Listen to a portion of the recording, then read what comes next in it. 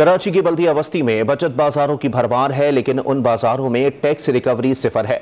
इजाजतनामे मनसूख होने के बावजूद भी बचत बाजारें अपनी जगह कायम हैं। मजीद जानते हैं डॉन न्यूज के नुमाइंदे इमरान अहद खान से। जी इमरान, बताइएगा।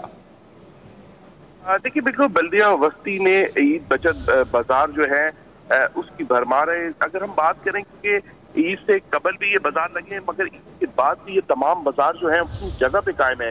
दर्जनों ये बचत बाजार हैं। टैक्स की जो रिकवरी है वो जीरो है।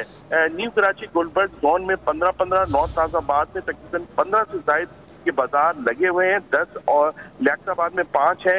मुख्तलिफ जो इलाके हैं वहां पर ये बाजार लगाए गए हैं। ईद बचत बाजार के नाम से ये बाजार लगाए गए थे। इससे कबल भी ये बाजार लगे हुए हैं और आज तक ये बाजार जो है वो अपनी जगह पे कायम है, मगर रिकवरी जीरो है इसकी। सड़कों पे, फुटपाथों पे और शॉपिंग सेंटर के एतराफ भी 15 से ज्यादा बाजार जो है वो अब तक लगे हुए हैं। जबकि ADC 1 है डिस्ट्रिक्ट सेंटर, जिन्होंने ये बचत बाजार की NOC जारी की गई है, जबकि इंतजामिया की जानिब से NOC जारी की गई है। इजाजतनामे अब तक मनसूख नहीं किए गए हैं। रिकवरी जीरो है।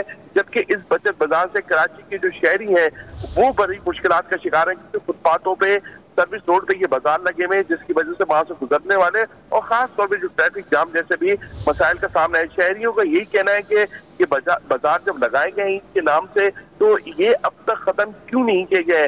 जबकि दूसरी जानिब इंतजामिया का मौक़िफ़ भी है कि बिल्कुल इससे रिकवरी नहीं आ रही है, रिकवरी जीरो है। ये भी इंतजामिया के लिए सवालिया निशान है। बहुत शुक्रिया इमरान अहद खान अपडेट करने के लिए।